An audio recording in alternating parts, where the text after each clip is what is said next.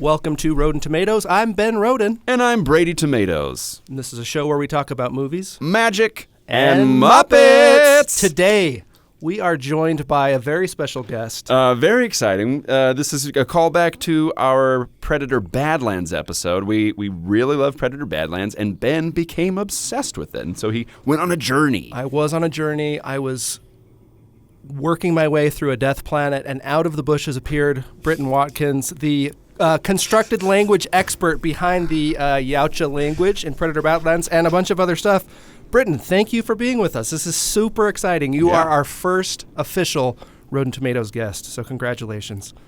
Oh, oh wow. Well, I want guest number one then up on the screen. Better edit that in.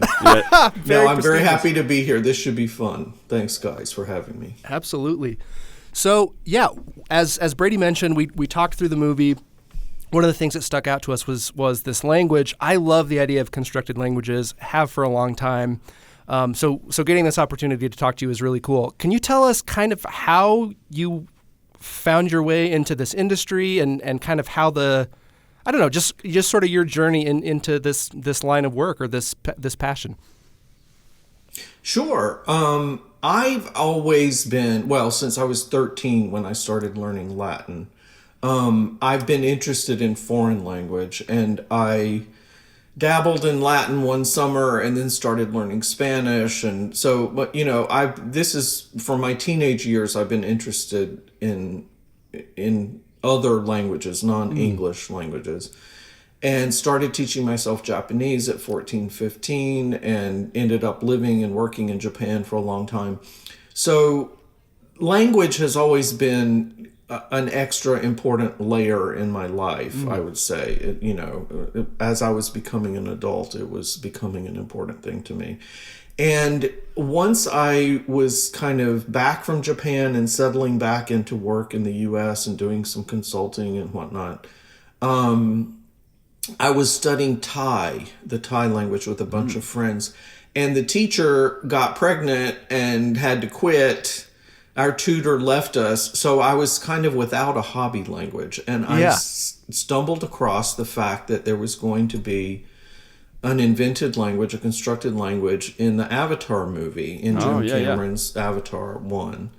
And that Paul Frommer created that. And so I learned Na'vi, and I became a good friend of Paul's over the next year, and now 15 years later, we have Thanksgiving at each other's house and that kind of stuff. Oh, that's rad. I got into it through the interest in language in general, and then the community that was learning Na'vi. And then in 2012, I think it was, I worked for the first time with J.J. Abrams on coaching Zoe and the Klingons on Star Trek Into Darkness. And so that was my first time on set and tutoring people in person and via Zoom and all that stuff. So I did not create Klingon, but I taught them how to speak Klingon. So the creator of Klingon is Mark Okrand. Yeah. Okay. So is that, when I think of invented language or conlangs, I think obviously of Tolkien, because he was a linguist. Yes. Is Klingon the first sort of full language invented for fiction? Or, I mean, I guess not fiction, obviously, because Tolkien, but for a TV show or a movie? It was the first one that got a lot of pop culture attention for kind of my generation, your generation. Yes. I mean, there were others. Victoria Fromkin created Pakuni for Land of the Lost. Oh, wow. Which was on when I was young. You might have been very, very young, or maybe not even seen Land of the Lost. Is that the show with that kind of creepy ape? I think his name is Stink or something, but he's just the creepiest looking puppet creature. The Pakuni are a kind of hairy, not quite as hairy as Cousin It. Yeah. But very hairy kind of...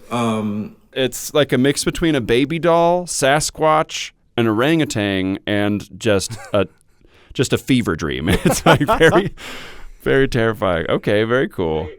There was a language created by Victoria Fromkin at UCLA for that. Even before Star Trek's Klingon, I think. Yeah. Yeah. I actually made a documentary also about the phenomenon of people creating languages. It's a full hour-and-a-half documentary. And in that, I talk about, the fact that generally those of us in the Conlang community now think of Tolkien as the kind of grandfather or great-grandfather of conlanging in our age. Yeah. I mean, people have been doing it all the way back to the 1100s with Hildegard of Bingen in Germany. And I mean, it's been going on for a long time in a documented format. Man, I need to delve into that. That's but cool. the documentary is called Conlanging, The Art of Crafting Tongues. And maybe you could pop up a image of that so that people could go find that. You can watch that online. Yeah, we can include links to that in the description and show notes and stuff. Yeah, it's about an hour and a half long, and it does I'm bragging, but it does a good job of explaining conlanging. What is conlanging? I made it with the idea of, how do I explain to my grandmother what it is that I'm doing for my hobby? So it's for an average viewer, not for a nerd specialist. But it's a fun watch. That's no fantastic. Violence. It's hard to find a movie these days. Yeah, with it's no violence, true. but there's no violence in it whatsoever. It's very true. So let's jump back into your experience. So did you, when you were working with J.J. Abrams, was that a connection through Paul? I think so, yeah. They were looking for somebody to teach Zoe Saldana and the Klingons in the film how to speak their lines. Yeah. And Paul was not free or available, or didn't feel like he knew enough about the, Star Trek universe to get involved in that. So he sent them my way, and I traveled down to LA and met with the producers originally. Yeah. And then, started doing that almost immediately. But that was a long time ago now. It's hard to believe it's that long ago. Yeah. Time That's flies. awesome. So tell us kind of from that's I guess sort of the jumping off point. How did Predator come about? Was it sort of a series of products in between? How did you kind of end up with Predator? Well, again, that was an introduction from Paul. They reached out to him initially, I think, and they were out looking, I think, competitively to find somebody to do that. And Paul suggested they talk to me. Long before that, I mean, from 10 years ago, I've been working on Star Citizen, which is a massive, online player game that has multiple languages, multiple cultures and languages in it that I've invented over the years for them. So by the time Predator came along, I actually had already worked on Andrew Stanton's In the Blink of an Eye, which is premiering on Hulu at the end of the month. But you will be able to watch soon. And I worked on, I won't tell you exactly what, but I worked on language in that film as well. Very cool. And then Predator came along. And as I was working on Predator Badlands, I learned about Predator Killer of Killers and ended up portraying the warlord at the end of that animated You're kidding! movie. Ooh. That was you with the like xenomorph cloak.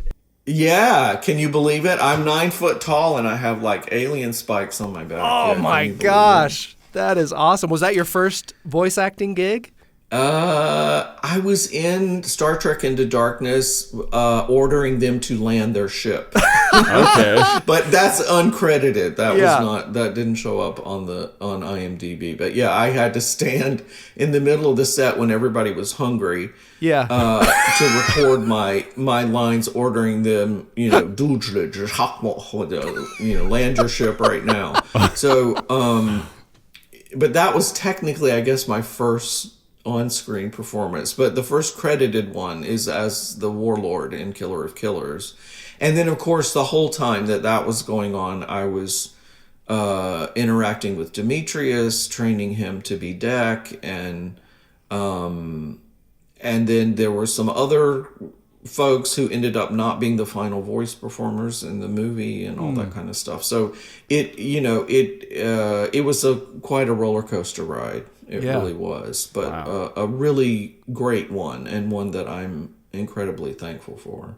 Very cool. Well, the final product is amazing. I think it would be cool to kind of jump into your process. One of the things that I think we mentioned in our last episode and have talked about is the sort of physiological component of a language, and how cool it was that it felt like, oh, this is what a predator would sound like given the actual, physical apparatuses at his or her disposal. So that was really, really cool. Tell us about, and maybe we just use Yautja as sort of the jumping off point or the example case. You get this ask, where do you start? Like, what is the step one of thinking about a constructed language? Well, I started by looking back through what was already out there, what had happened since 1987. And I think Ben Rosenblatt sent me one brief clip, of the stuff from the third movie or something like that, So I started there. I listened to that and I'm like, okay, there is nothing grammatical in here. Like my ear cannot find anything that would map to the human notion of how you would have syntax or where you would divide words up and whatnot. Yeah. So I thought, okay, this is just a kind of atmospheric inspiration. And there was in the past, and I mean, it still exists, fan versions of Yautja where people have named things and their phrases and whatnot online.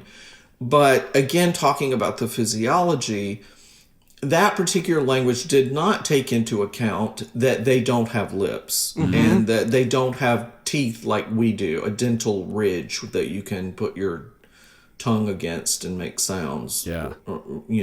Sounds like we can make in English. Yeah.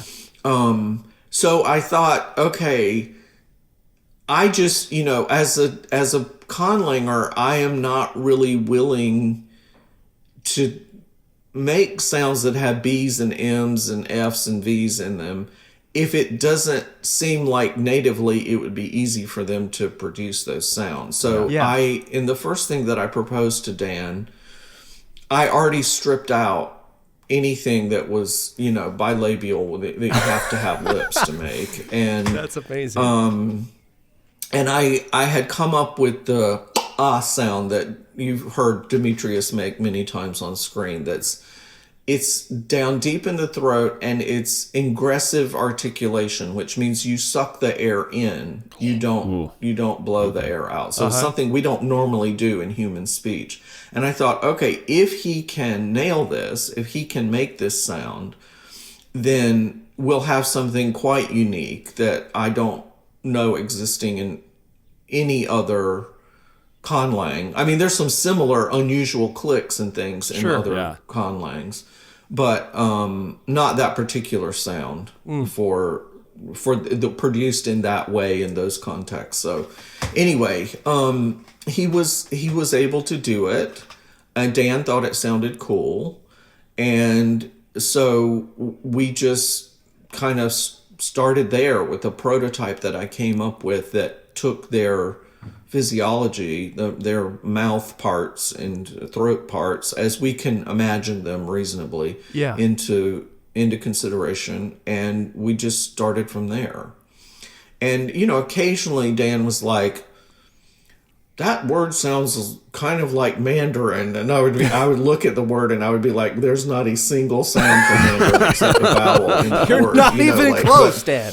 But anyway, we after an initial period of getting used to the dialogue and his preferences and whatnot, we just went with it. And once they were once they were shooting in New Zealand, and Demetrius was on set every day, just spouting off all of his lines, over and over again. So many lines. I think there are over 160 lines of Yautja dialogue in the movie. Wow. the crew just got used to it, and they're like, "Oh yeah, he's speaking Yautja," and like it just sounded like Yautja to them, and he's like, "Oh, he's okay, he's speaking Yautja, so just let him talk." Yeah. And we really didn't have a lot of other kind of corrections or things that needed to change until we got to the very end, and there were some notes from the international folks that were like, "These words sound like profanity in Russian. And we can't have these words in the movie in Russia. Yeah. So can you do something about that?" There were I think 2 or 3 examples of stuff that at the very end. But basically it just, the crew and Dan and everybody from the studio who went there to observe got used to what Yautja sounded like. Yeah. And when things changed along the way, when the dialogue changed, I just kept the phonological rules and kept the grammatical rules and changed, invented new lines to go along with what the subtitles needed to say. So you are, you should probably have a writing credit as well, right? Like it's beyond just, hey, say this. You're in consultation in terms of like, how can we rephrase this in a way that uses different words? That's really cool. Well, it's technically not right. It's technically not writing the story. Sure. I never suggested to Dan, "Oh, in this scene, he needs to say QBR instead of XYZ." Sure. I never suggested changes to the subtitles. Occasionally I would say, okay, this is a very kind of loose interpretation of what the subtitle says. This is a Yautja colloquial version of what you want the subtitle to say, but it still means the same thing. Yeah. It's the meaning, not the words, right? So that is actually one of the things I was curious about. Are there Yautja like idioms that you wrote that then were translated into English? Are Yautja using metaphors that a human wouldn't use, for example? They do make distinctions that humans don't make, or that we don't make in English. The subtitles were in English for what I saw, so they make distinctions like different words for kill. So if they are killing prey, that's hua. If they're like somebody massacres a group of people outside of the rules of the Yautja Codex, then that's ngang. That's a different verb, completely different verb. So like kill and murder kind of distinction, like in English, right? That's such a cool cultural consideration. I think of like how, I don't know if this is actually true, but the adage is that like the Inuit have, 20 different words for snow. It would make sense that this killing culture would have all these different, versions of kill. That's really cool. Yeah. Well, we have different words in English too. We have, homicide and murder and other, legal words that have legal ramifications, but they have words that have cultural ramifications too. And the word for blood, for example, like the blood flowing through their veins, they have a different word for that than the blood that comes out of prey that they hunt. So other things, interesting things about their language, it's hierarchical and it's very a meritocracy. You have to earn your standing in the clan and earn your standing in the society. He doesn't become Deck of the Yautja until the very end of the movie. He won't call himself Deck of the Yautja until he's earned that cred. So there are distinctions in the pronouns when you talk about other people. When you address somebody as you can do that politely or you can do that pejoratively, meaning that it's built into the word for you. Like you suck is built into the word for you. So rather than having like an honorific, you have a whole pejorative sort of case. That's way cool. Well, they have both basically. Okay. They have a kind of, they can do both. They can talk down to you, or they can be polite to you, or they can, talk up to you, depending on combinations of pronouns and the way they use the verb to be. So, Britton, I also speak Japanese, and so that's a common thing in Japanese, right? It's so did you very take complicated inspiration in from Japanese, like, Japanese like kind of hierarchy when you're thinking of that? Like many different ways to say the same thing, but just in a different. Not specifically about the way it works in Japanese, no, but the concept of it is the same. And I also speak Thai, where you change things depending on who you're talking to and level of respect and that kind of stuff. Yeah. In Thai, it changes too based on the sex of the person you are or you're talking to. That doesn't happen in Yautja. But the way it works is tailored for Yautja culture, though, not for for Japanese culture. Yeah. But I do know that kind of thing exists because I speak Asian languages, and it even happens in French and German and Spanish. There are different words for you if you're being polite to somebody or being familiar with somebody. So it's a different system, but it's conceptually similar. Not important to us so much in English, but it is very important in other cultures. So one of my questions that I had was like, were there current languages that influenced the way that like Yautja was grammatically formed? It seemed like Japanese structure. It's different from English. In Japanese, the verb always comes at the end. At the end, invariably, the verb is always at the end. In Yautja, the verb is like English; it's in the middle, but the object and the subject are reversed. So in Yautja, the verb for to be is it's the rolled R, a breathy rolled R. So in Yautja, you don't say I am Yautja, you say Yautja I am, which is Yautja, chish. So you reverse, chish is the word for I or me. Okay. And it's I when it's the subject and it's me when it's the object. So the word doesn't change, the word chish doesn't change. But the word order is not English. Right. It's reversed from English. But we didn't have a lot of time to come up with a very complicated grammar. By the time they hired me, there was like, these 3 things have to be written on the wardrobe for deck, and these things have to go on these new weapons, and this has to go on that, and this has to go on. Like, there was no time to have something with a complicated declension system or verbs like out here. I had to make up a verbal system where when I need the future, I will make a marker for the future. When I need the past, I will make a marker for the past. It was like literally that quick. I didn't have time to spend days and days coming up with a complicated grammar. And, for a fan base, a complicated grammar is not necessarily what you want either. Right. Sure. It's easier for fans to learn after the movies are out, after, the kind of fan culture has formed.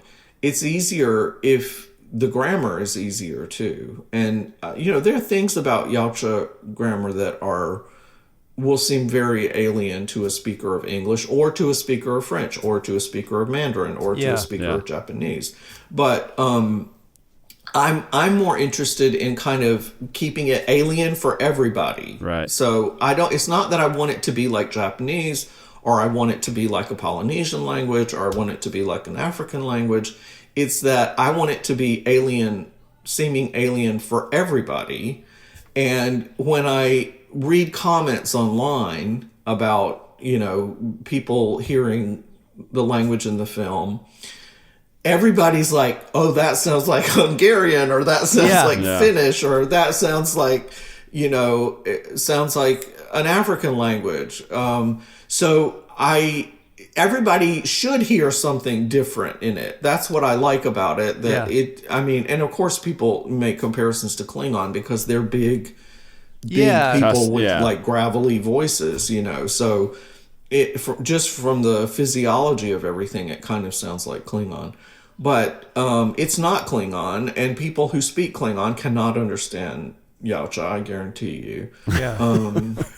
So it's for me, it's first and foremost, make it fit that culture. Right. And if they're borrowings from human languages, for example, the nga sound, the word for no in Yautja is ngai, ngai. It sounds like it starts with an N, Nine. if you're not Sounds accustomed like to German. listening to it, but it actually starts with an NG, which I was fairly sure that an actor from New Zealand would be able to say, because Maori words, the native Maori language in New Zealand has words that start with NG. I mean, they can end with NG also, but well, they don't in Maori, but in English they can end with NG. Yeah. And they start with NG also in Maori. So I was like, okay, whoever the actor is, if they're born and raised in New Zealand, they'll probably be able to say these words. I was curious So about I this. did. Because Sorry. I was curious about whether Demetrius spoke Maori, because in that clip that we'll show later, he like his accent was like, oh yeah, like if he is already bilingual, I wonder if that gives him a leg up in understanding how to make some of these sounds. Yeah. He's from a multicultural family, Tongan and Samoan, and was raised in New Zealand, and speaks English as his primary first language. I don't really know what he knows from the other languages, but his last name, Koloamatangi, has the last syllable of his name, as he pronounces it, is that sound. Yeah, I mean, that was that's a already in coincidence. his locker. I didn't know who was going to play which actor was going to play the role when I first started doing this. But yeah, coincidentally, the sound that's challenging for English speakers typically, and certainly in the United States, typical, is in his own last name. So it was easy for him to say it. Yeah. That's amazing. Hold on one second. I'm just gonna tell these guys. We've got some loud people outside. Sorry. Cool. Okay, well let's start over. Welcome to Roden Tomatoes. Don't you dare! We've lost the flow completely. The question I was going to ask you, Britton, was it Dan's plan throughout to have Dec only speak Yautja in the movie? Because I that's one of the things I loved from a creative perspective is him speaking Yautja kept him a little bit alien. I think having him transition to English might have taken me out of it. Right. Anyway, was that the plan from the beginning? It's the only plan that I'm familiar with. I mean, I if there was some version of the script where he started learning English and talking to Thea in English, I don't know about that. I mean, that was never on my radar. So, yeah, Demetrius as Dec was always going to speak Yautja through the entire thing. And of course, interacting with his father and his brother. Right. Of course, that's going to be in Yautja. I mean, what if that were in English? How weird would that be? I mean, you would have to use the conceit that, oh well, we're just hearing it. They're speaking Yautja, but we're hearing it as English, and I don't think it would have worked incredibly well for these particular aliens in this particular alien dramatic context, for them to be speaking anything but a native language that was very weird sounding to the audience. So he does say wolf, right? Like in like the English word wolf, because that's kind of a big part of like his turning point, right? But like as I'm saying wolf, I'm having to use like my lips. So you were saying like you wanted to try to avoid stuff like that. So when there is something like wolf, that becomes a very pivotal point. Like how do you? Well, he says wolf is how he. Okay. He pronounces wolf. He tries to say wolf through his Yautja phonology as wolf, but it's not an F that you make with the tongue. I mean, with the teeth and the lips. He's simulating the sound rather than making the actual. But sound. he also at one point in the movie, Thea names Bud, and he says. Bud, it's like he produces the B sound, but it's well documented even from the first film that they can mimic. They have some method.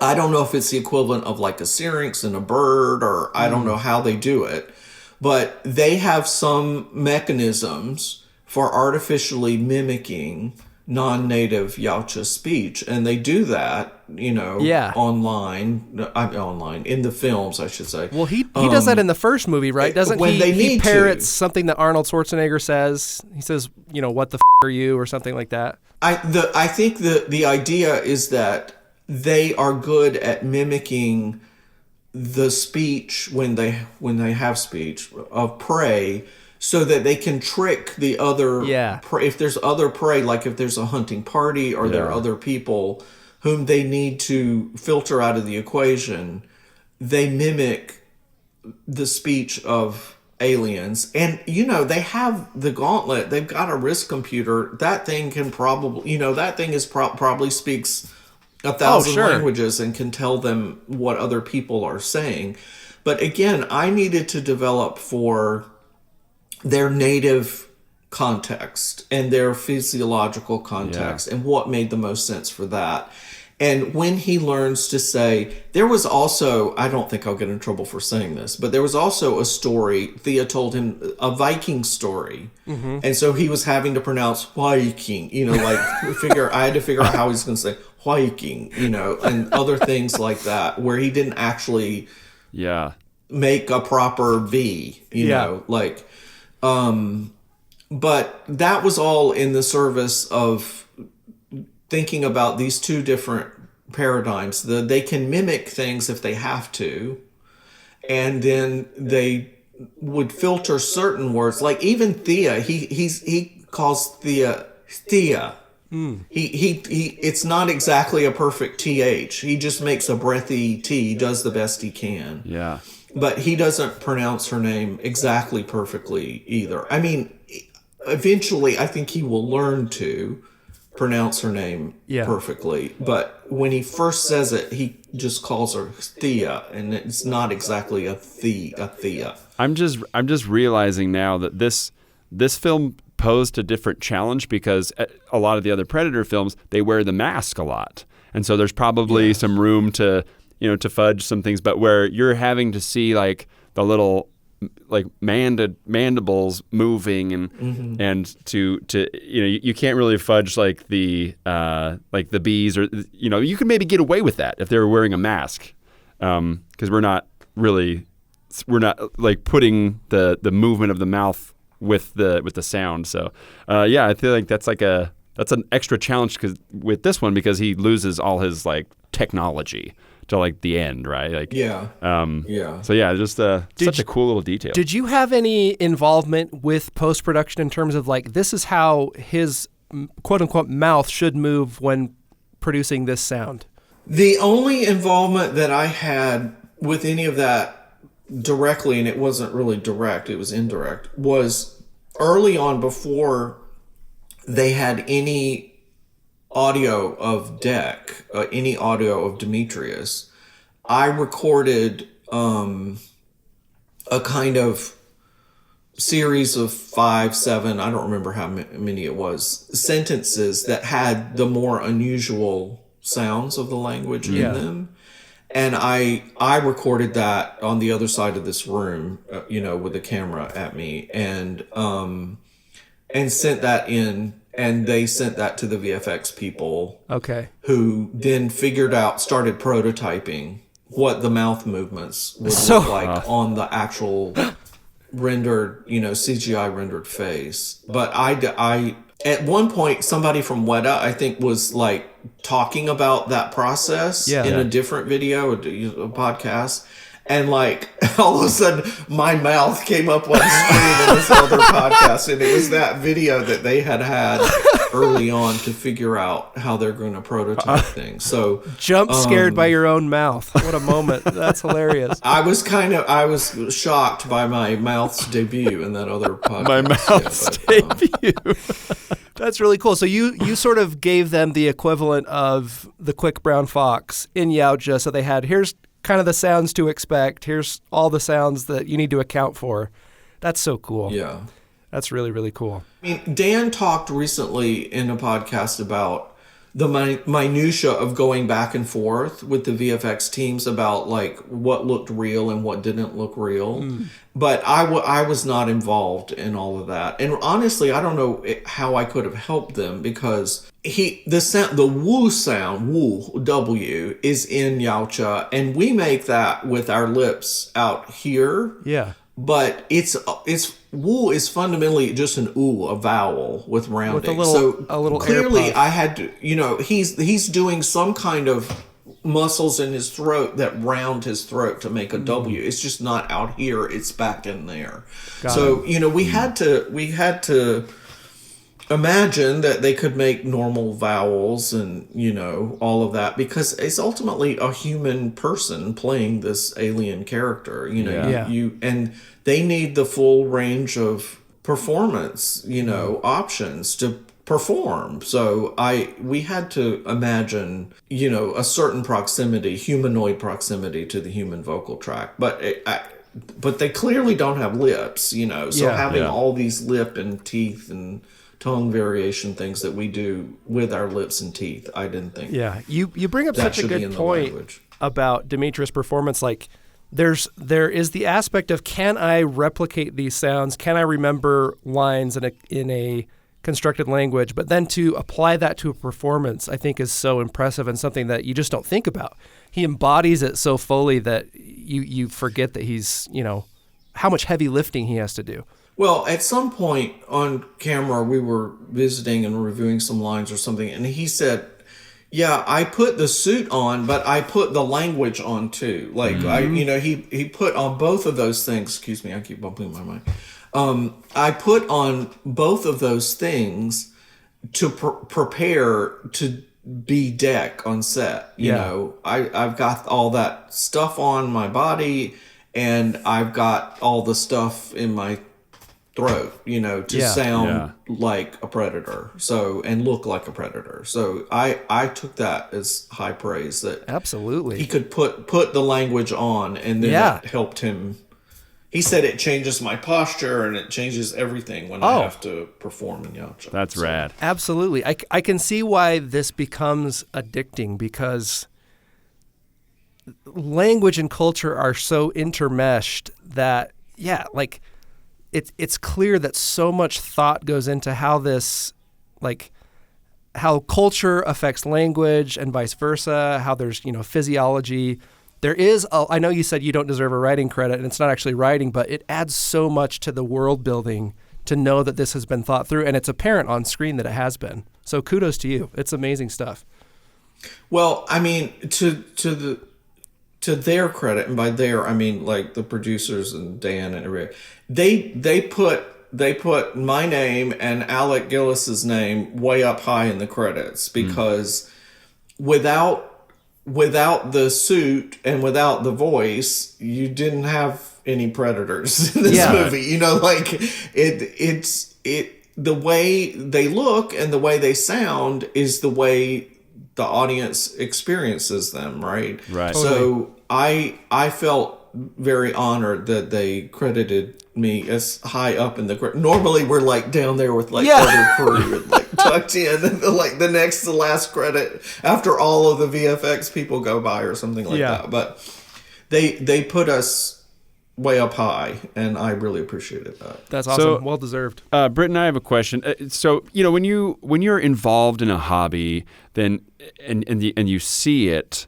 In the wild, right? Like you have more of like an eye or an ear for things. Like as a video editor, I see like, oh, that was like a really good cut. That was a really like well-timed cut. Like the pacing here works really great.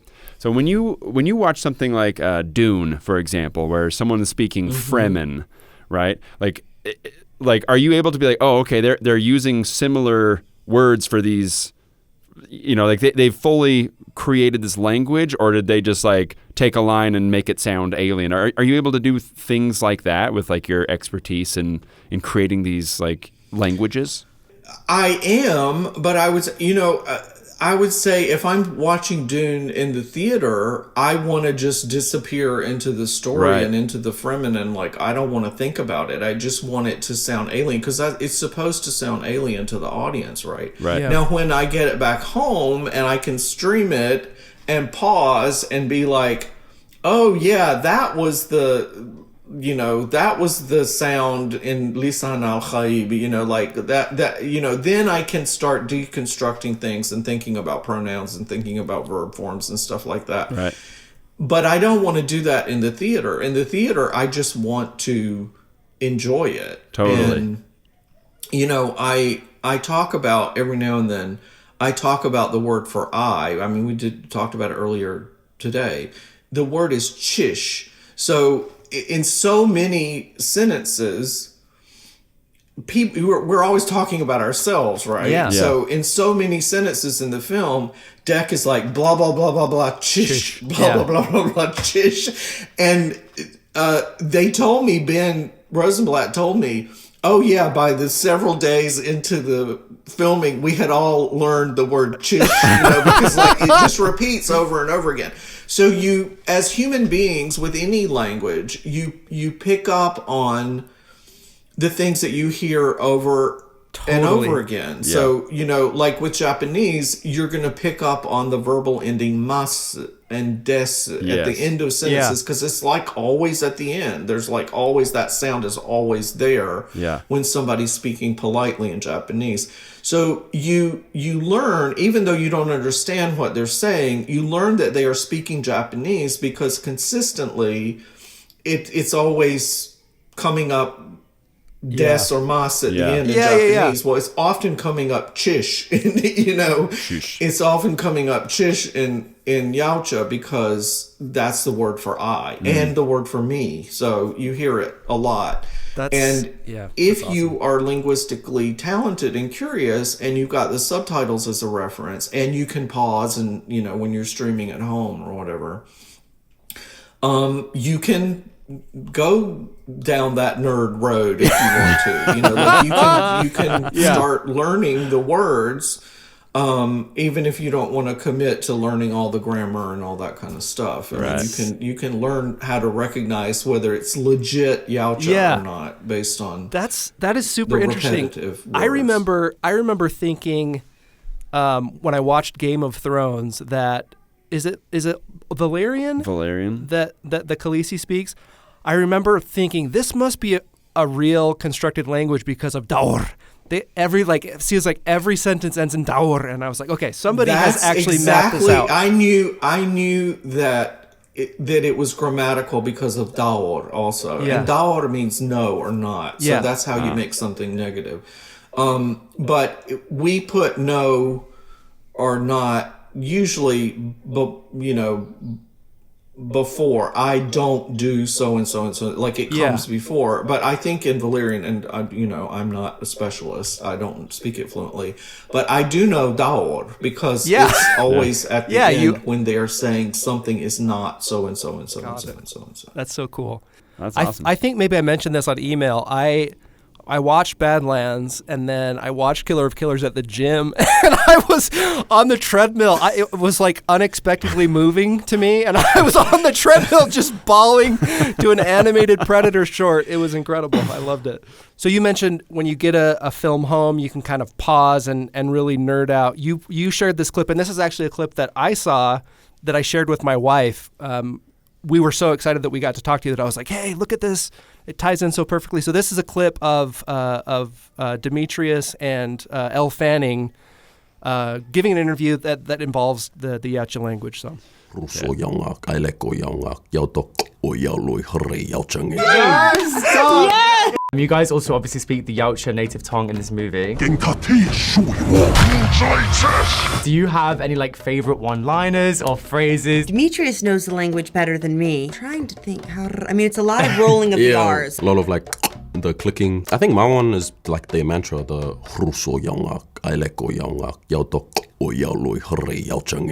Hey, Okay, fine. Oh my God. Get that. They created the language for the film. Yeah, it's legit. It's cool.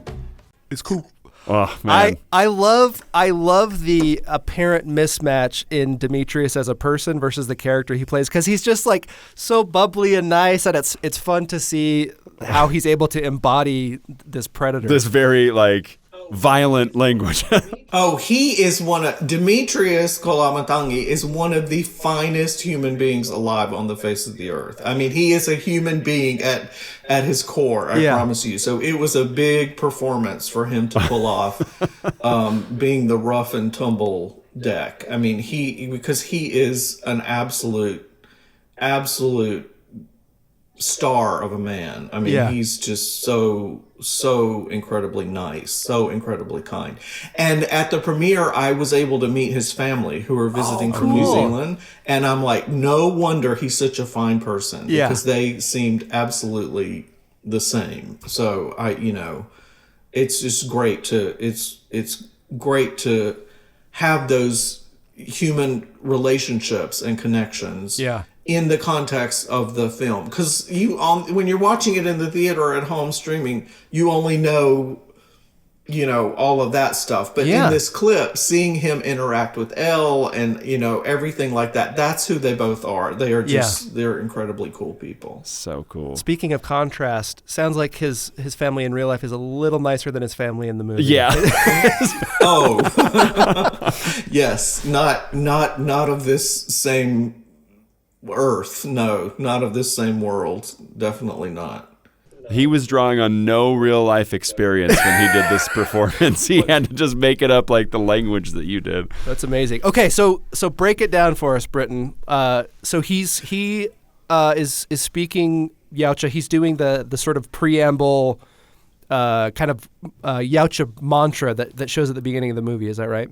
Yes. So in the film, it starts Yautja R. So again, everything has to be reversed. Yeah. So in the what he actually says in Yautja is pray to none, friend of none, predator to all, are the Yautja collectively, our society. So you have to reverse the order, but he says rousing, pray to none. Ahlek o Yaungak, friend to none. Yaudok o Yauroi, predator to all. Hre Yautjungen. It sounds like the word for predator is related to Yautja. So what does Yautja actually mean in Yautja? That's a great question. So Yautja means hunter. Okay. So the word Yautja means one who hunts. Okay. And when you talk about all of them as a culture or a society, you say Yautja Ngen. Ngen is a grammatical marker that means the collective generalization of whoever I was just talking about or whatever I was just talking about. So Yautja Ngen mean the Yautja collectively. But the word for predator in Yautja is Yaudok. And dok is a verb that means to reach in and rip the skull and spine out of your prey. No, it doesn't. So when they say predator, they are saying a spine removal expert. That is so the cool. greatest thing I've ever heard. Oh my gosh, what a nugget. That is so cool. That is amazing. So that was fun. I mean, that's the kind of metaphor, if you will. Yes. Yeah. That was fun to do. But yeah, dok means to de-skull and spine your That's prey. so rad. So, but Yautja cha is TJA is the verb that means to hunt. So they are hunters. They refer their name for themselves as we are the hunters. We hunt. Yeah. Oh my gosh. But when they talk about a predator, what we consider a predator on screen, they focus on taking the trophy, and the word for predator is yaudok, and the thing that you rip out, the trophy, is yidok. It's a different word, but they both use the verb de-spine or harvest your trophy. That is So cool. phenomenal. Phenomenal stuff. Anything else you want to highlight in that mantra from a grammatical or from a construction standpoint, from a syntax standpoint? From a grammatical point of view, the generic word for to be, whether it is he is or she is or it is or I am or you are, is hr, hr. But if you are speaking honorifically, like we would say in Japanese, about something, then they say hooray, and hooray means that I am talking about this thing and I am honoring it, or I have good feelings about it. Okay. It's an honorific. So the normal word for the way to say I am Yautja is Yautja chish, but in this special opening in this mantra, he ends it by saying hooray Yautja ngen, meaning I am honoring the Yautja collectively by saying that they are prey to none, friend to none, got it, predator to all, potential predator to all. Yeah. So that's the difference. And the other little nugget that I'll tell you is that Alec Gillis has always been one of the biggest friends to the Yautja and the productions and the predators. So the word for friend in Yautja is Ahlek. So it's his name as an Easter egg. He's immortalized in Yautja. So yeah, Alec is immortalized in Yautja as Ahlek. Achlek. Which means friend in Yautja. That's so cool. That's phenomenal. That is amazing. Well, again, we could do this for 4 hours. I would love to pick your brain. We do like to involve Muppets in some way. Yeah. And we talked about some potential Muppet directions. What we like to do is typically like recast a Muppet movie. So you can talk about that as well. But yeah, I guess I would love to know if you've had any thoughts about Muppets and constructed language, whether that's like what character would work, what an actual Muppet language would sound like, etc. Well, the humans are performing the Muppets, right? So Right. I think unlike the constraints of the mandibles and the no dental ridge and all that Right. kind of stuff, whether your mouth is made out of foam and whatever or not, it's not going to be all moom, moom, moom, moom, moom, moom, moom, moom, moom, moom, moom sounds, right? Somebody's going to perform it. So Yeah. they would be able to say basically whatever. Sure. But in thinking about the Muppets from my youth, I think the language I would have the most fun with is developing the Snuffleupagus' native language. I think that would be a lot of fun, and Yeah. it could be kind of moany and slow and but have different sounds in it than he would make speaking English. Yeah. I think that would be fun. I think it would also be fun to like have a predator Muppet where you like have to use your mandibles with your fingers over here and performing it. I can just see those felt dreads flying around and everything. I think that would be a lot of fun. And if I really were working on a big, maybe an episode of Pigs in Space, I would like to do an alien language for some aliens that show up in Pigs in Space.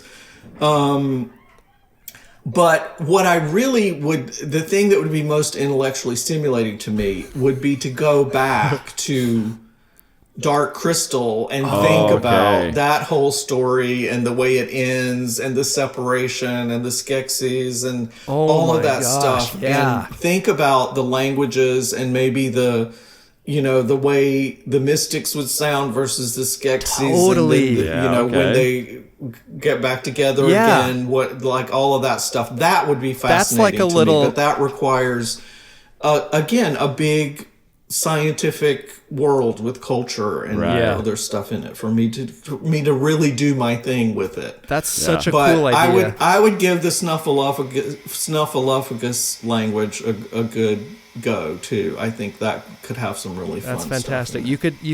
You could do like kind of whale sounds, like drones. You could have him do some Right. trunk squeals. Yeah, very You'd have a lot of nasally. options. Yeah, a lot of nasal stuff. Man, I Right. love the Dark Tower too. I mean, you could do like a little mini tower of Dark or Crystal? sorry, Dark Crystal. Stephen Dark King on the Tower. mind. I really like that Stephen King movie. Dark Yeah, Crystal. Dark Tower's a different whole different thing. Conlang maybe, but Yeah, you could do like I love the idea of creating sort of the mother tongue, and then you have different dialects that split when the crystal splits. That's amazing. I love that idea. yeah, that would be a fun thing to do. And those are technically Muppets, so True. you know, Jim Henson Workshop. I'm still on the playing field, right, with that. Absolutely, Yeah. totally, you are. Britton, what else do you want to pitch? I know you've got that documentary. We'll put a link up to. There's probably stuff coming down the pipe that you can't talk about yet. Is there anything we should be watching out for? Anything you're excited about? Any Conlang related stuff in other media that's worth checking out? Well, definitely Badlands starts streaming, so watch it. Get your notebook out and pause it if you're nerdy enough, and you want to pick out words and stuff. And once you hear him use Yautja, de-spiner in context, that could be fun Very to cool. practice that sound. Every other year, there's an international language creation conference. Oh, really? So I can send you the next one's going to be in Europe again. So people who really think they might want to start creating their own languages and get to know a bunch of other people who do that, you can go meet them in person at the International Language Creation Conference. So we'll get you a link to that too. Very cool. It's an unusual hobby, and sometimes it turns into unusual life experiences. And I encourage anybody who's tempted to give it a go and see what you think about it. Wise words. Awesome. Fantastic. Do you have a sign off for us in Yautja? If I'm bidding someone farewell, what's the common goodbye? I don't have a specific one, but I will say of this whole experience with you two today, Nyae, which is my honor or respect to you for making this possible today. Nyae. Nyae to you All as well. right. Thank you, Britton. Thank you, This Britton. was so cool, and thank you so much for taking the time to talk with us. Take care, guys. Bye-bye. Thanks, Britton.